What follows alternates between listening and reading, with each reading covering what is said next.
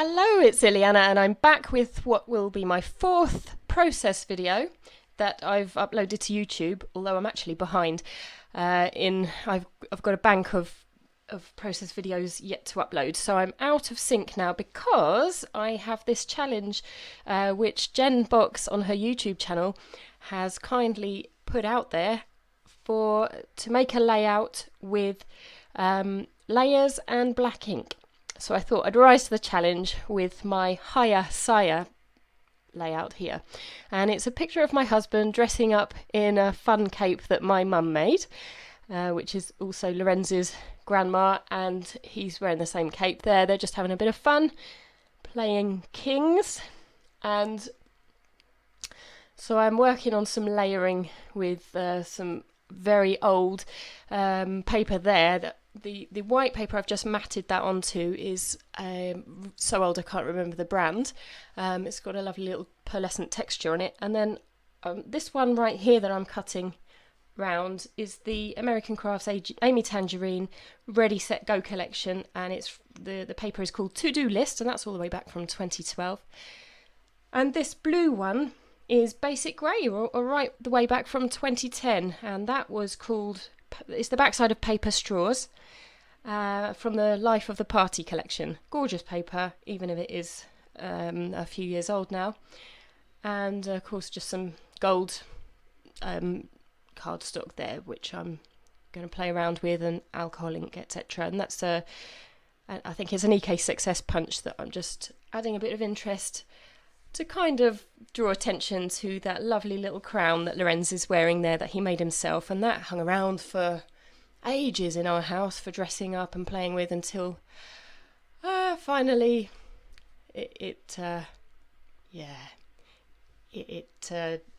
was no more. And now this is of course the recognisable Martha Stewart punch, although I can't remember the name of it, and all of which is going on now. So that grey paper that I have there as the background is by Echo Park, and that's from the Winter Park collection by Laurie Whitlock. That's a 2011 paper, and that's actually the backside of lift tickets. And then this paper that I'm inking the edge of is from American Crafts Amy Tangerine, the Ready Set Go collection. And that particular paper is the To Do List from 2012. And that pluses paper, I am so into pluses. I don't know why, I just think they're beautiful geometric shape. Anyway, so I was pleased to be playing with that Studio Calico paper called Crisscross. I think it's the backside of that one actually, which is from the Print Shop collection 2013. So, just working on these points of interest, the Martha Stewart punched out pieces there that are also with that lovely sheer paper, and that I've taken from a paper pad I've forgotten the name of actually. I just wanted a bit more interest, something floral to break up all the geometric. And there goes my Sizzix with a die cut, which had also the buttons embossing plate with it, and I'm just trying to have a little go with inking it up to make it stand out. It's just one big experiment, to be honest, and yeah, that's how it turned out. and now I'm actually going to have some fun with these alcohol inks all over the gold in the, I think it's the slate, the denim and the pitch black. And just to see how it works, I'm going in the area that I know will be covered. So dab around with that, see if it's about the right shade. And all I'm really going for is something to look a bit aged, as I imagine an ancient palace might have. I don't know. Just playing around, really. I just find the gold a little bit too plain, too stark on its own. So I just like that pummeled look that it gives. So I'm trying to go a little bit with placement there, and yeah, what am I doing? Inking a bit more, as you can see, just for obvious reasons. It adds to the interest. I quite like that. Yeah, so while I'm just doing that and trying to get away from the straight edged look of everything, what can I say, really? I've been a bit quiet on the old crafting scene for a while. It's just so hard to upload these videos. The amount of editing that goes into them, from me, I just don't work that in such a linear way. I'm all over the place when I do these videos. The ideas I have to suddenly move into alcohol inking, to suddenly, I'll slap a bit of gesso here. It's in my tiny workspace. There's a lot of editing to chop out all of the dross you really don't want to see. But I have a cranky old computer to work with as well, so everything takes about 4 times as long as it probably takes anyone else. But I still really enjoy it. It's just getting the time and energy, especially with the daylight fading. Now this I would have bought from this black kind of embroidery lacy sort of thing. I would have bought from a local shop called The Works. It just sells loads of interesting pieces, packs of ephemera. And the Hiya metal discs there of alphabet are by Paper Mania. I've had those in my collection since I began scrapbooking around about 2008, I think. So it's high time I use them up. I think they've just been buried a bit too much.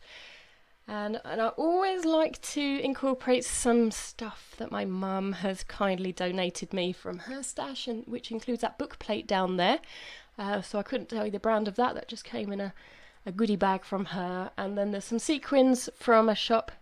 The blue sequins there are from a shop called Tiger, which I think is a Danish shop we have not too far from us, which always sells, again, really quirky little bits of ephemera and sequins. And I was like a magpie in that shop, so I bought some.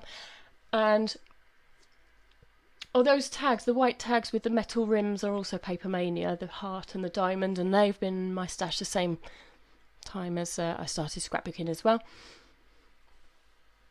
It's really fun for me to play around with all this ephemera, but I do get a bit overwhelmed, and as you'll see towards the end, there they are. I've just shoved a little packet of buttons that I've collated out of my massive button collection, just things with a bit of sparkle or interest.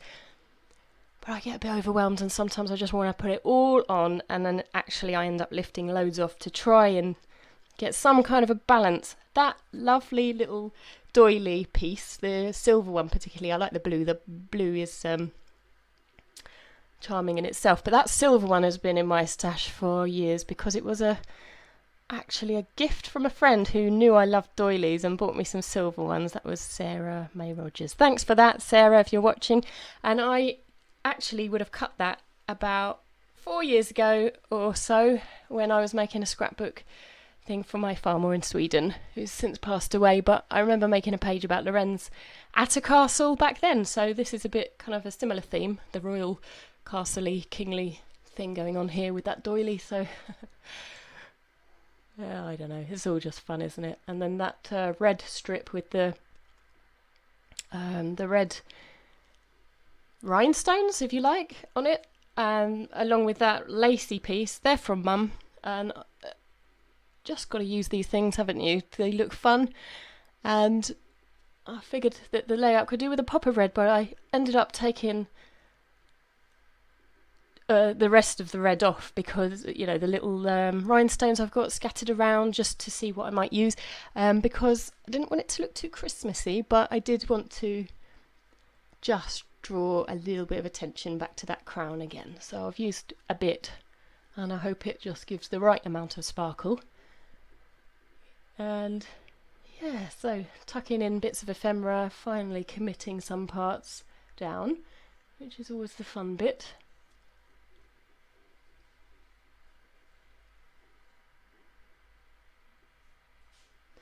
These feathers, I'm really into paper feathers at the moment as well, and they come from the Pretty Little Studio back in 2013, and these are called bird feather stickers, obviously, and they're from their Nature Walk collection. I mean, it's worth adding, although I've got the dates of all of these things, it's not like these have been in my stash all that long. I think I have bought these from a local company that just does these bargains, these sale price papers, and I generally never buy things full price if I can help it, because the cost of scrapbooking in the UK is a little bit on the high side for my liking, but you know, there's always a bit of a bargain to be had if you keep your eyes peeled.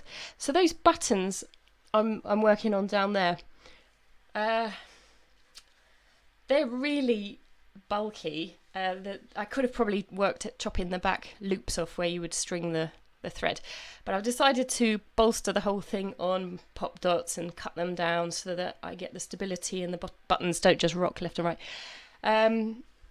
which, yeah, is a good idea, but I probably would cut the back off if I tried that again. That was just a bit fiddly, but I do like the fact that I've used that black button with the diamond in the middle, because it's a bit of a running joke. Once Dave asked me if I could sew a button onto...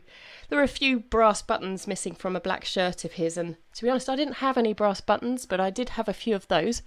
So the missing buttons that should be brass, he's got about 2 of these diamond ones, and it's kind of like I handed it to him with a bit of a wink and a glint in my eye to see if he'd wear it, and actually it works really well on that shirt, but it is a bit funny.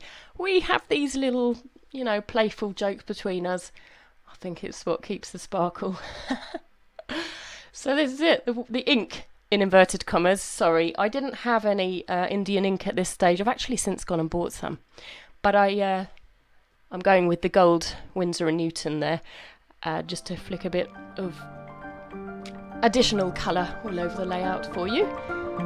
And that's about it. I hope you've enjoyed my layout today. Thanks so much for watching. Bye.